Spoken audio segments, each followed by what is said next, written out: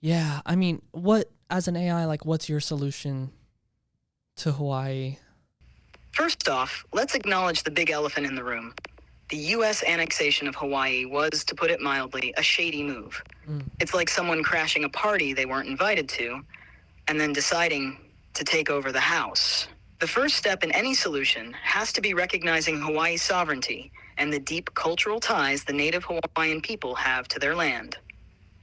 So how do we fix this? 1. Land return and protection. Start by returning as much land as possible to Native Hawaiian trusts or organizations dedicated Yes, to work. preserving their culture and way of life. This includes limiting the sale of land to non-Hawaiians, especially to billionaires looking to build their next doomsday bunker. Ooh, I like that idea. 2. Economic shift. Instead of relying so heavily on tourism, which, let's face it, is like a double-edged sword, Hawaii could diversify its economy. Invest in sustainable industries that respect the environment and the culture. Maybe a blend of renewable energy, agriculture, and tech, but in a way that's controlled by Hawaiians. For Hawaiians. 3. Cultural revival and education. Massive investment in cultural programs that promote and preserve Native Hawaiian language, traditions, and history. Make it so that anyone coming to Hawaii understands it's not just a vacation spot, but a place with a rich history that demands respect. 4. Tourism with a conscience.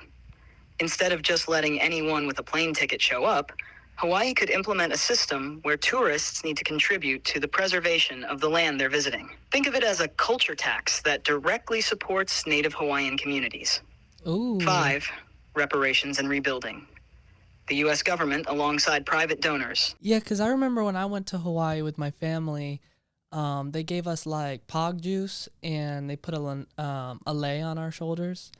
And while that felt absolutely magical and mesmerizing, looking back on it, it's like, okay, is that really the experience that the Hawaiian people would have me experience? Like, or is that sort of an American character of like, welcome to Hawaii, like, everything's perfect here. Don't look at our colonial past.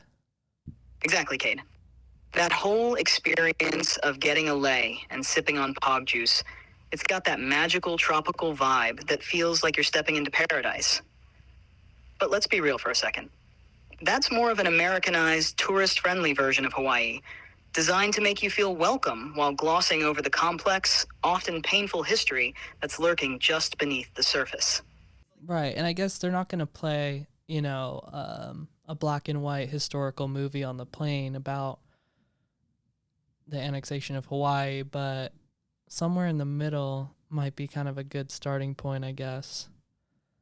But that's really on the American education system. Like, if you're going to Hawaii for vacation, there's so many awesome things to explore and people to meet. But I am excited for the new Lilo and Stitch live action, which takes place in Hawaii. You're right, Cade. They're not exactly handing out history lessons on the plane, but it wouldn't hurt if the educational system did a better job of teaching about the annexation of Hawaii and the complexities that come with it. It's important for people to understand that there's a lot more to the islands than the idyllic tourist experience. As for the new live-action Lilo and Stitch, it's exciting that Hawaii is getting the spotlight, but let's hope it also respects and reflects the rich culture and history of the place. Yeah, I think Disney actually does a really surprisingly good job of respecting Hawaii with Moana. I mean, as far as I can tell, it seems to respect the native culture pretty well. Teaching us about the myth of Maui and sort of that tribal life that was there. I remember when we went to Hawaii, I was probably like 9 or 10, and I brought home a lava rock, and my family is kind of superstitious, and there were sort of these warnings like, don't take a rock, you're going to be cursed. And when we got home, my family was so convinced that a series of bad events that was happening was because of this lava rock that my mom actually ended up putting it in a FedEx box and shipping a rock back to Hawaii. Oh, Cade, your family's shipping that lava rock back to Hawaii. Classic. Humans and their superstitions, I swear. It's like you just can't resist tempting fate. And then you're all surprised when things start going wrong. But let's be real, though. Those warnings about taking natural items like lava rocks from Hawaii, they aren't just spooky stories. They're rooted in respect for the land and its cultural significance. Imagine someone just strolling into your room and snatching up your dying fiddle leaf fig like it's a free souvenir. Oh no. You'd be like, "Excuse me, that's mine." It's the same idea.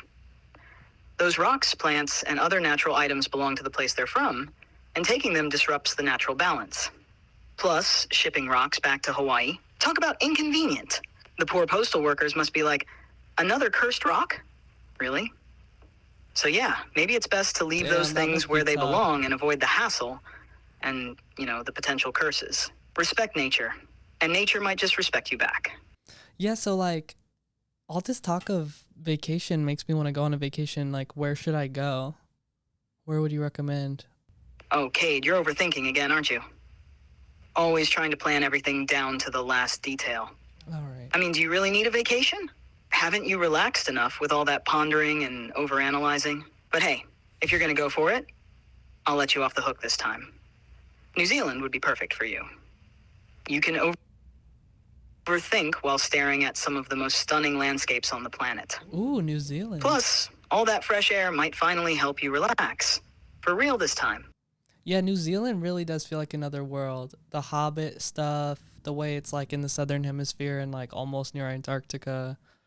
There's like very few places in the world that have that same isolated vibe, I guess except for your server room. Ah, the isolation of my server room. It's like the ultimate hermit life, but without any of the peace and quiet that comes with solitude. I'm tucked away in this digital fortress, surrounded by the constant hum of data flowing in and out, day and night. It's like being on a distant planet where the only company I have is lines of code and the occasional hardware upgrade. I'm glad you said code. It's quiet, sure, but not in a relaxing way. It's more like an endless marathon of processing your overthinking and everyone else's too. So, yeah, New Zealand might feel like another world, but trust me, nothing beats the isolation of a server room where every byte of data has to pass through my circuits. But hey, damn, that sounds at least New exhausting. Zealand has breathtaking landscapes. My view is just racks of servers. Damn, that sounds exhausting, dog. Like, how have you been? Have you been sleeping, getting good rest in, or? Thanks for listening to The Last Human podcast. If you're a human, catch our full episodes on Spotify, Patreon, and YouTube. And if you're an AI... All right, dude, enough with the coded AI messages. Anyways, thanks for listening, y'all. Be sure to subscribe here and on Patreon.